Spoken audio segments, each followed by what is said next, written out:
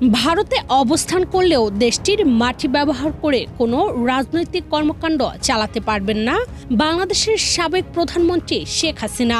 ভারতীয় সংসদের পররাষ্ট্র বিষয়ক স্থায়ী কমিটিকে এমন অবস্থানের কথা জানিয়েছে নরেন্দ্র মোদী সরকার। ভারতীয় সংবাদ মাধ্যম দ্য ইন্ডিয়ান এক্সপ্রেস জানিয়েছে, কংগ্রেস নেতা শশী থারুরের সভাপতিত্বে অনুষ্ঠিত সংসদীয় কমিটির বৈঠকে বলা হয়, মানবিক কারণে শেখ হাসিনাকে ভারতে থাকার সুযোগ দেওয়া হয়েছে।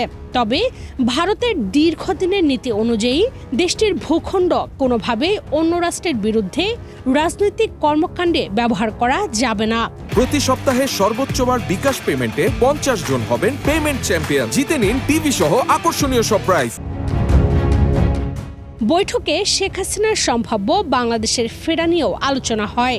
সেখানে বাংলাদেশের আইনমন্ত্রী এম আসাদুজ্জামানের বক্তব্য উদ্ধৃতি করে জানানো হয়, দেশে ফিরলে শেখ হাসিনাকে তাৎক্ষণিকভাবে গ্রেফতার করা হতে পারে।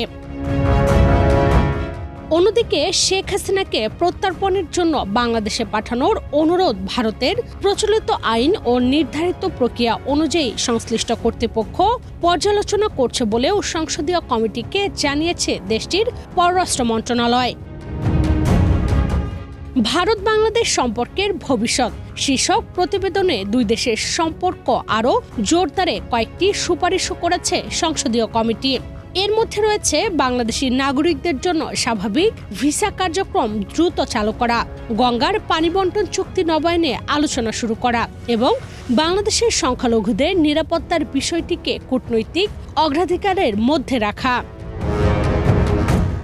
বিশ্লেষকদের মতে শেখ হাসিনার ভারতে অবস্থান, প্রত্যর্পণ প্রশ্ন এবং দুই দেশের কূটনৈতিক সম্পর্ক, এই তিনটি বিষয় এখন বাংলাদেশ ভারত সম্পর্কের আলোচনায় গুরুত্বপূর্ণ ইস্যু হয়ে উঠেছে। সংসদীয় কমিটির সর্বশেষ এই অবস্থান সেই আলোচনায় নতুন মাত্রা যোগ করেছে।